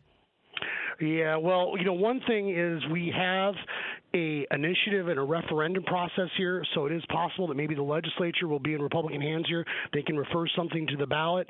Additionally, there's initiatives. Citizens can, get proposals on the ballot every 2 years. There's that route. And look, at the end of the day, Brian, if you believe in election integrity, if you believe people need to have confidence in the process, then there are things we have to do. There is nothing wrong with voter ID laws. When I argued Brnovich v. DNC at the U.S. Supreme Court, the Supreme Court said states can enact common sense election integrity measures like restrictions or limitations on ballot harvesting. And I remind people all the time that ballot harvesting and third-party and candidates handling ballots is the greatest threat to election integrity. And when some of my Democratic friends say, "Oh, that's not right," Jimmy Carter said that, Brian, not me. That's what Jimmy Carter said when he did the Baker-Carter Commission report in 2004. So there was a time when even Democrats understood that people have to have confidence in the process, because in the United States of America, we settle our differences through using our First Amendment rights, and that's why woke culture and cancel culture is so bad. And then we also settle our differences at the ballot box. And everyone has to have confidence in the results. Is it close enough that they're going to have a recount? Some people are saying that. If I had been good at math, Brian, I would have been a doctor. And so all the political pros, you hear one thing from one person, one thing from another person, but clearly these races are close enough where that is within the realm of possibility. And it's unfortunate that it's dragged on this long, because the public does have to have confidence in our electoral process, and sometimes the perception can be just as bad as the reality. And coming off what happened in 2020, you would think that election officials here would do everything they could to make sure that everyone had confidence, whether they're Democrat, Republican, Independent, in the outcome. I'm sure you know that Senator Biden and Senator Obama voted for 700 miles of wall, and we know the barrier works, and we know that you guys put these huge canisters on the wall, paddle them on top of each other, and now I'm concerned that this Democratic governor, if she does hold on, will remove them because the federal government says you're trespassing. Unfortunately, Brian, I think you're right. And it's someone who's a lifelong Arizonan who started my career as a gang prosecutor, when I see 3 million fentanyl pills and 200 pounds of fentanyl powder seized just this week in Arizona, I know that's enough to kill the entire population of Los Angeles. When I see more than 900,000 gotaways, like the entire population of Fort Worth, Texas, coming in since Joe Biden's been president, when you hear about 5 million people being apprehended in encounters where you think, my goodness, that's more than the populations of Vermont and Wyoming and Alaska combined. This is unsustainable. And I come at this from a first-generation American American angle. My parents led communism, and the reason why this country is so great is because the rule of law means something. You know, we don't have a national religion. We don't have a Church of England, or, you know, we're not the same ethnic identity like in China or Japan. We are bound together by the Constitution, the Declaration of Independence, and the rule of law. And what Joe Biden is doing and Mayorkas are doing is they are fundamentally undermining that. Intentionally. Every day, Americans, yes, intentionally, and every day Americans are dying, not only a result of the fentanyl crisis and fentanyl, you know, natural disaster, our kids being poisoned, but the cartels have enriched themselves to record levels. I worry Mexico is going to become a failed state. And look, I mean, I don't do polling, but I know when I talk to people like my mom and her friends from church. But Mark, you still reelected Senator Kelly, who's done nothing until the last few weeks to even show concern in this. And these are the people of Arizona. Yeah, just so we're clear, I didn't vote for Mark Kelly. I didn't elect Mark Kelly, and I think candidates matter. And we needed to take the case to the Democrats. I said this, you know, at the very beginning, you know, when I was still running in the primary, in the Republican primary, is that this election is going to be about security. It's going to be about economic security, the price of gas, the price of groceries, and personal security. What is happening with the gangs and the cartels seizing control of our border, and every American, no matter where you live, where you come from, wants to feel safe in their neighborhoods. Joe Biden, Mayorkas are undermining the rule of law. Mark Kelly enabled them. And, you know, one of the things about Mark Kelly, which I thought our side, Republicans, should have done a better job explaining, he not only voted with Schumer 94% of the time, he voted with Bernie Sanders 90% of the time. I mean, my goodness, I bet you don't agree with your wife 90% of the time. I don't, but my goodness, Mark Kelly is agreeing with Bernie Sanders 90% of the time. He does not reflect Arizona values, but candidates matter. Candidates matter. You think Blake Masters was a bad candidate? You think you would have been better, obviously. Oh, I would have won. I mean, I've won twice statewide. I've been outspent every race. I got more votes than Cinema. You think Trump going for Blake Masters made the difference? What? You think Trump going for Blake Masters made the difference? I think a lot of people would say it cost me the primary. I told President Trump, if you care about secure borders, confirming great federal judges, low taxes, low regulation, taking on the cartels, securing our border, I'm your guy. But I am also about Arizona values, and I'm not going to say something as a prosecutor I don't believe or I can't prove. And if that meant that somebody else was going to get an endorsement and flawed candidate was going to run against Mark Kelly, so be it. But I have my integrity and I have my principles. I know what I believe and why I believe it, and my record speaks for itself. I mean, heck, Brian, I've sued Joe Biden more than anyone. I argued Brnovich v. DNC, the most important election case in a generation, named after me at the U.S. Supreme Court. We were the first office to sue Joe Biden over the unconstitutional vaccine mandate. Our office, we went and stopped the rescission of Title 42, so that record speaks for itself. I hear you. Now, there's another story. A federal judge on Monday ruled in favor of deposing an FBI agent accused of colluding with social media companies, remember back in 2020, to suppress the Hunter Biden laptop. And, of course, the New York Post account got frozen, and we know that Twitter is all over that. So now where does this go from here? Well, I think this is really significant, and I do want to give a tip of the hat to my colleagues Eric Schmidt of Missouri, who will be going to the Senate, and Jeff Landry, who hopefully will be who's the Attorney General there now, and hopefully will be on his way to the governor's office. We understand. I tell people all the time, as conservatives, we have to be 3 times as good because the mainstream media is against us, academia is against us, and, of course, big tech is against us. And so this, to me, just demonstrates, and it's very dangerous, I think, whether it was during the COVID lockdowns or whether it's the Hunter Biden story, you have this insidious collusion between big tech and the government. And it's what we used to see in, communist countries or in dictatorship. And in some ways, in a lot of ways, it's actually worse because in the old days in communist countries, people knew if the government said something was BS. They knew the government was lying to them. But when you get these private entities that essentially are lying to people and manipulating them, in many ways it's more dangerous because a lot of people don't understand that they're being manipulated. And that's one of the reasons why I'm so glad just this year we got the largest settlement in U.S. history against Google, $85 million, because they were tracking people and making misrepresentations as to consumers what they were doing with their data whether they were opting in or opting out. And so it is now up to the AGs. This is where really the last line of defense is to hold big tech and accountable for what they're doing. And so you're going to see a deposition, and I think it's going to get nasty, Brian. I know I used to work at DOJ, and I wasn't involved in it, but I remember back in 2009, you remember Alaska Senator Ted Stevens ended up having a conviction overturned because the FBI withheld information. And, we saw what happened in 2016 with, misrepresentations to the FISA court. And now you see this, and this is dangerous. This is stuff that we need, whether you're Democrat or Republican, you need to call out the federal bureaucracy, the deep state, whatever you want to call it, for basically putting their fingers on the scale. Because when you're the government, you can take away people's livelihoods, their life, liberty, property. That's an awesome responsibility, and no individual should be working with anyone to basically support their political candidates of their choice. All right, so we'll see. Obviously, you're 100% correct. We'll see if the House is able to move forward to this on this, too. So we'll see where that goes. Mark, thanks so much. Mark Brenovich. And it's unbelievable that Senator Kelly got 6 more years. He does absolutely nothing. And that's with respect for his service and his astronaut status. He just couldn't care less about the border until his election was on the ballot, and it doesn't seem to matter. I'm going to take your calls. That does matter when we come back. And I see you over in Jacksonville. I see you in Orlando. I see you in Gainesville. We'll get to all of you. And Brooklyn. Don't move. Want even more Brian? Download the podcast at briankilmeadshow.com. Every episode, exclusive interviews on demand. More of Kilmeade coming up.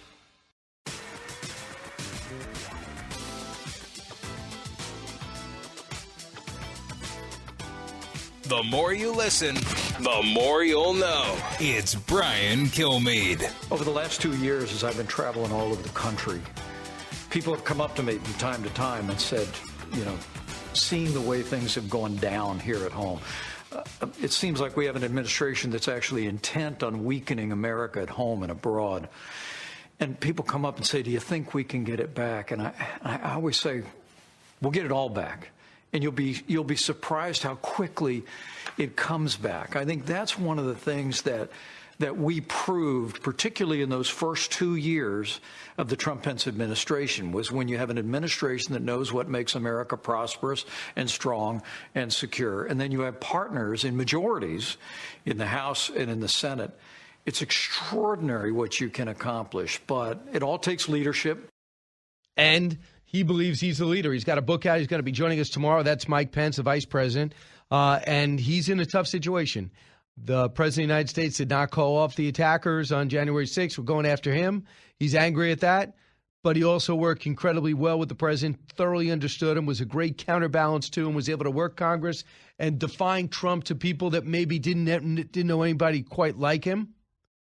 And now he's going to be running likely against him. The president's going to make his announcement tonight at 9 o'clock, and then he's going to be into the fray. Alex, you're in Brooklyn listening on WABC. Hey, Alex.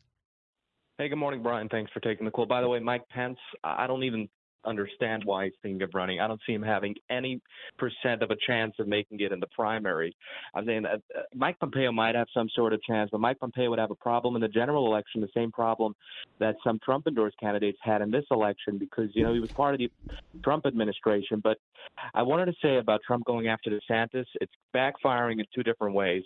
Number one, people are getting turned off by Trump because he's going after DeSantis, but also it's checking off one of the reasons of why Ron DeSantis wouldn't run in 2024, which would be so as not to get into a fight with Trump and the MAGA movement. But now that Trump started the fight, he might as well jump into the race and keep on going with the fights. It could be Trump is convincing DeSantis to run in 2024 when he wouldn't have done that if Trump wouldn't have started the fight because he wouldn't want to get into a fight with a MAGA Alex, movement. my analogy really is if you're a really good boxer, show a video of you in the ring sparring or hitting the heavy bag, and you say to yourself, do I want any of that? That's Trump's theory. I'm going to show you a little bit about what you'll get if you get in. Are you ready for that? You probably aren't. You might want, you're 44 years old, wait your turn. That's what he's hoping for. You feel differently. I understand. Gerard, WSKY in Gainesville. Gerard. Hey, good morning, Brian. Great commentary today. I think Trump's reasons for getting into politics were very pure. He's a good patriot, successful businessman, and nobody lost more money than him running for office. Normally when people come on the outside of their office after they have public office, they're richer. He was less rich. The problem that I have with Trump is that he is unnecessarily divisive. We need somebody to unify the party. Yeah, I'm getting that, Gerard, over and over again from callers like you. Thanks so much. When we come back, the magic of fans, being a fan of a sport, can it bring us together? We'll discuss it.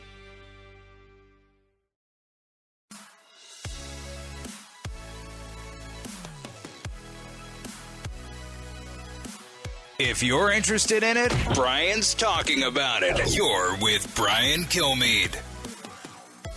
Hey, welcome back, everyone. I cannot wait to talk about a subject that you probably have not heard from or heard about. That's what makes this brand new book so unique.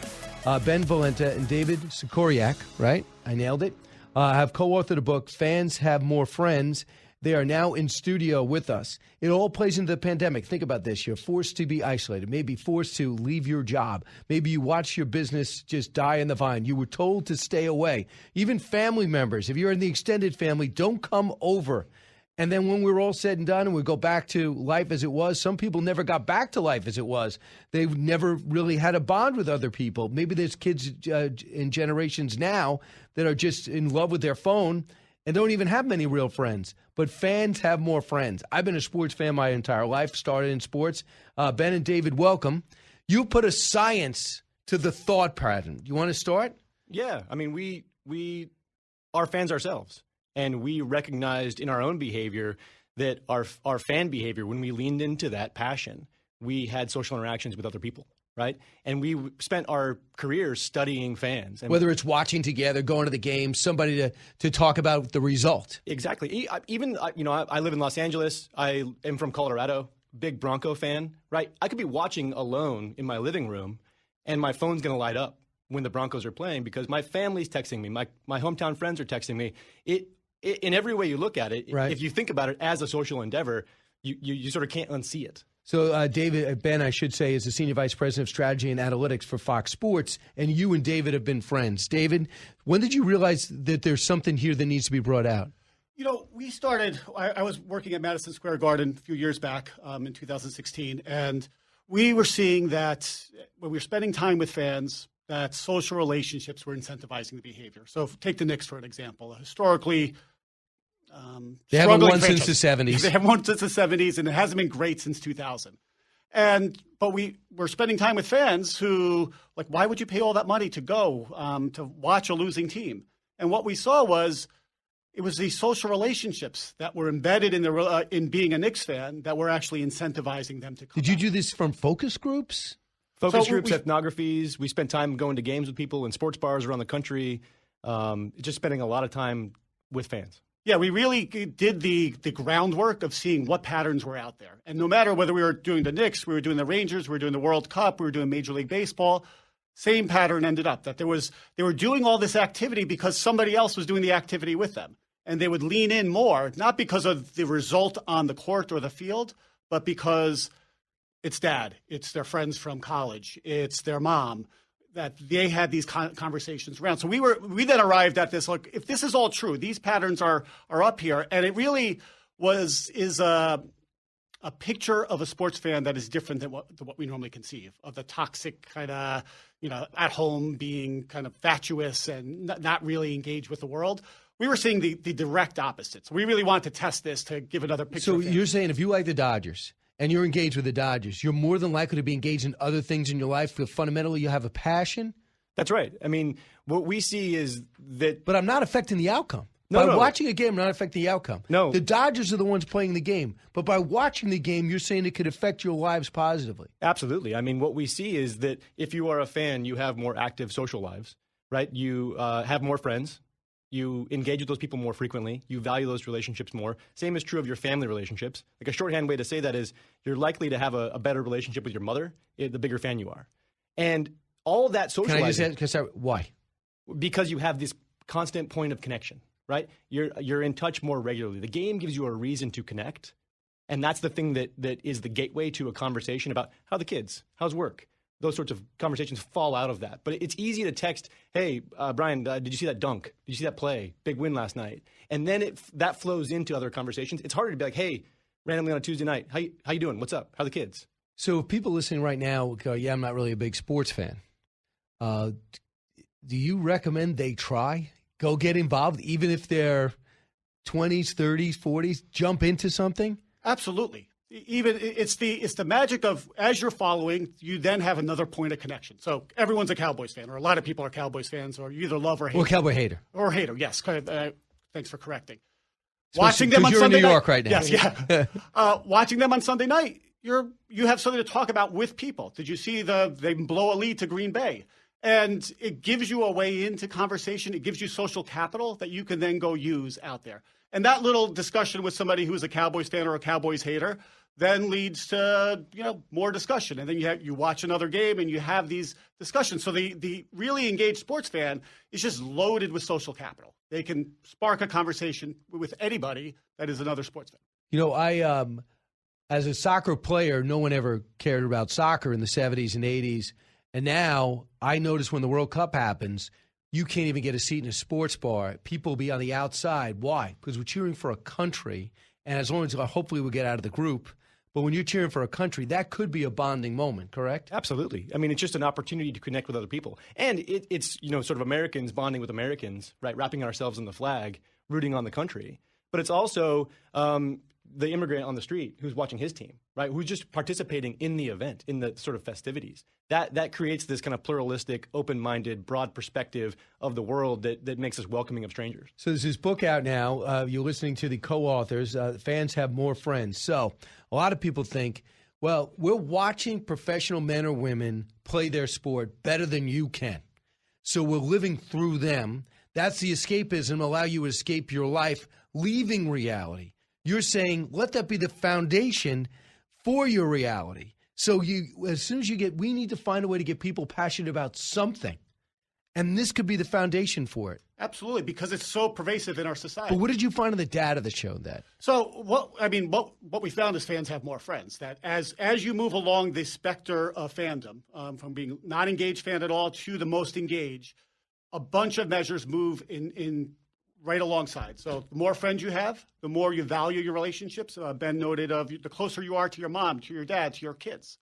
If you're an empty nester, the bigger fan you are, the closer relationship you have with your at-home kids, your adult children. And then it turns out that all that socializing has an impact on our wellness. So we then took a turn into the social science, and it turns out that we're social creatures by nature. When we socialize, we're happier. Which made the pandemic so stressful. Exactly. And so we saw, we've seen a pervasive problem of loneliness only worsen with the pandemic, right? We were literally enforced isolation, living through that. And so that only exacerbated the issues that we're facing that were already there and already present before the pandemic. And what we see in the data is that fans are less lonely. They experience more feelings of belonging. And that has a positive impact on their lives. So what's so interesting is that, for example, let's say you have Thanksgiving coming up. There's a reason to connect with your family. We've got to organize. What time are you coming? What are you wearing? What are we going to do? What are we serving? So that's a connection. But if you don't have that connection to get in touch with your family, you can get caught up in your own life. So if you have a connection to your college friends, to your family, your old Giant fans, your old Lions fans, whatever it is, there's a reason to connect. And from that connection comes other things. That's exactly it. Exactly. So, and were you surprised that the data led you to this? We kept on, in some way, yes, because as we kept on pulling on this thread, once we learned that, or proved out that fans have more friends, we're like, let's try happiness, let's try confidence, and let's try optimism. If your team's terrible. Even if great point. It holds. Your team's great, your team's terrible. You have social interaction. You have people you could talk to, spend time with, you commiserate with. If you're the Cowboys fan this weekend, you're back into your commiseration mode and not celebration. But from a human perspective, that's actually healthy to be able to vent, to be able to have somebody say, yeah, I understand. I can't believe they called those plays. And those are actually from just a basic human need standpoint are actually really healthy behavior. So you think the fans are more important than the players? Oh, absolutely. Absolutely. At the end of the day, I think what we're trying to push back on is this conception that sports are about escape and entertaining, and it's an entertainment product. What people are buying when they tune into sports, when they become fans, they're buying belonging. That's the real compelling reason to engage as a fan. And we don't see it necessarily. It's sort of it's this kind of like unconscious behavior. But if we start to think of our fandom as a way to connect with people, you can't unsee it. All of a sudden, you realize that the fantasy league is really about hundreds of text messages in a weekend. And you know why I know you're right? Because in the NFL, for example, they have a Fans Hall of Fame. You know, who's the, Pete, you're the big Jet fan. Who's the fireman? Fireman Ed. The Fireman Ed, right? So everybody's got these iconic fans, and it seems the leagues recognize it without even looking at your data, or did they? Do they have a sense of the importance of the people that watch? I think they have a sense of it. We're sort of advocates for it now. Like that's really the point of the book. Is we started off thinking about this from a business perspective. You know, we work in sports and sports media, and then we saw the data, and we became evangelists, or advocates. The one thing I saw is I remember when I observed European soccer and went to Liverpool and watched the Celtic play, they're clearly, the fans are superior to the players. Like, they're like, you're going to be gone someday, but we're still going to be cheering for that jersey. It reminds me of my town. That really is fundamental fanship, because a lot of these stadiums are in the towns that they're in. You walk up and you go from walk up to a stadium in the middle of a town, and it becomes a part of that. Right. And it's a universal thing, right? Like, I've been to Anfield myself. That experience is unlike anything else. But I was also in Athens, Georgia a couple weeks ago, going to a SEC football game. Same sort of thing. You'd walk up to strangers tailgating on campus, and they'd invite you in. They'd give you a beer. Backslapping. What do you think is going to happen in the game today? And that never would have happened had there not been this game. Precisely. There's a lot of people actually go and they tailgate and watch the game, even though it's in the stadium. They'll stay out in the parking lot and watch the game on television. Right. They're there for each other. And it's important to recognize that this is true of our closest friends. It's true of our family members, right? But it's also just the strangers on the street. On the subway up here this morning, there was the guy decked out head to toe Mets gear. And I just said, hey, go Mets. And he had a big smile on his face. Right. And all of a sudden, what I've done is I've actually changed my own brain chemistry. We've released oxytocin now into the bloodstream. We're happier now as a result of that. Just that little interaction with a stranger on the subway has brightened his day, brightened my day, and it's good for us. And what is the role of fantasy? What is the role of betting? When Ben and David come back, the name of their book is Fans Have More Friends. So if you like passion in your life, go reconnect with your team, your league. Also, maybe get involved. That would be the fundamental thing. They always say if you want to change your mood, go take action. Even if it's walking around the block, this will be take action. Start getting involved. A lot of people I know have done back to soccer, decided they're into European football. Next thing you know, they're watching it, and that's something you can pick up late. More with the guys in just a moment. Educating, entertaining, enlightening. You're with Brian Kilmeade.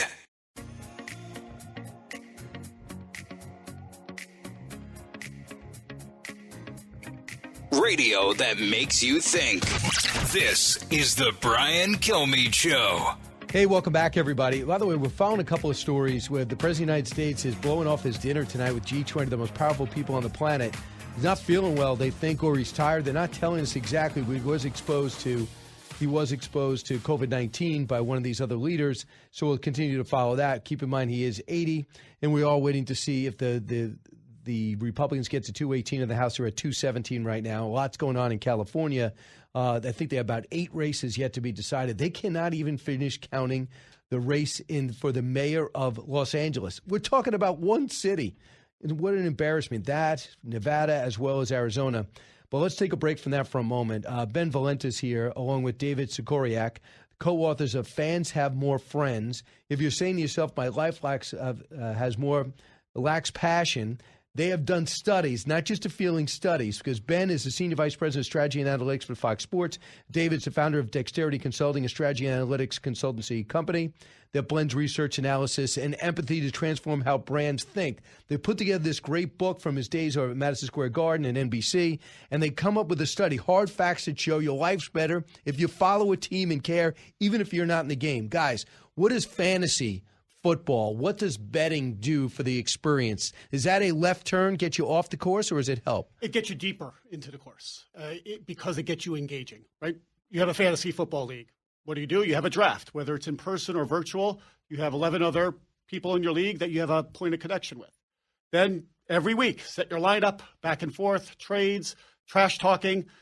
17 weeks of interaction. A reason to interact. And things build from there. Right. And then leagues have trophies. They have fun things, get-togethers, or whatever. And this creates just a point of a group of people can get together and interact.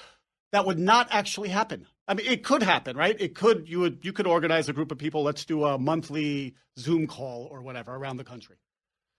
Not exciting as football, and that all spawns text during a game. If we're playing each other this week in fantasy, we'll be texting each other and reacting to what's going on. Ben, you don't grow out of this. What you're finding is, and for me, for example, when I did sports, I started I was doing sports phone, 976-1313. And then I was doing sports. I got hired as a sports guy here. And I started liking sports less when it became my job. Did you guys start saying, I need a break? I did, because you were interested in sports getting involved. I did feel that way because I've been at Fox Sports for about 7 years now, and after a couple of years, I certainly can that resonates with me. Yeah. I understand that. I don't need to see another game today. But then I started to understand what it was doing for me personally. And that's when the light bulb went on, and I realized, I need to lean into this. Like, I was starting to fall out of love with my fantasy leagues, right? And now I'm the one who's rallying the troops to make sure that we're playing, because I see it now for what it is. It is this season-long connection to my friends. It keeps us in touch. And once again, I've uttered this line, and I'll say it again. Like, once you see it, you can't unsee it. Same is true with betting. You brought up betting. Betting just gets us deeper into this stuff. It gives us ways to talk about these things with our family, with our friends, with strangers on the street.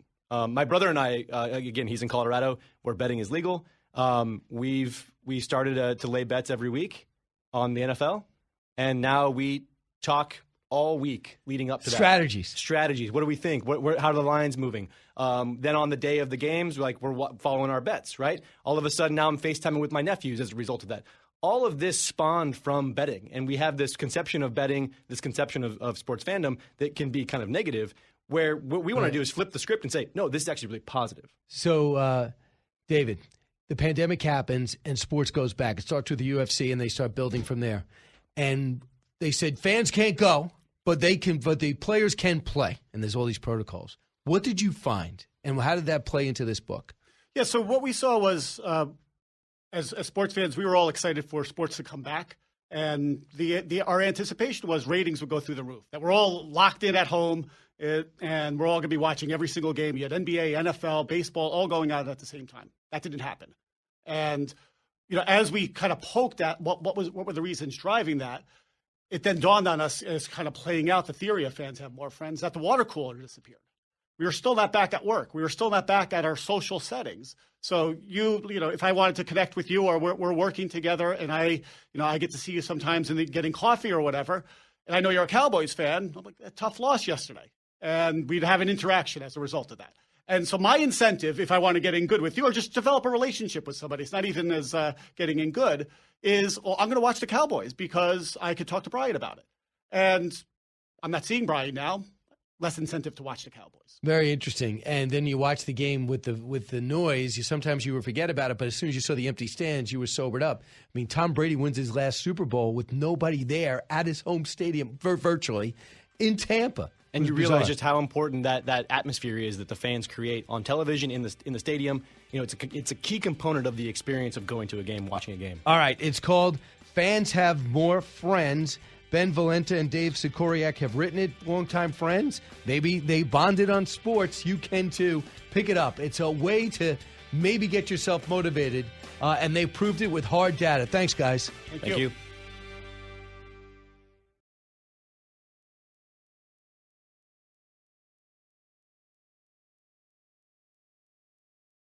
Put the power of over 100 meteorologists and the worldwide resources of Fox in your hands with the Fox Weather Podcast. Precise, personal, powerful. Subscribe and listen now at foxnewspodcasts.com or wherever you get your podcasts.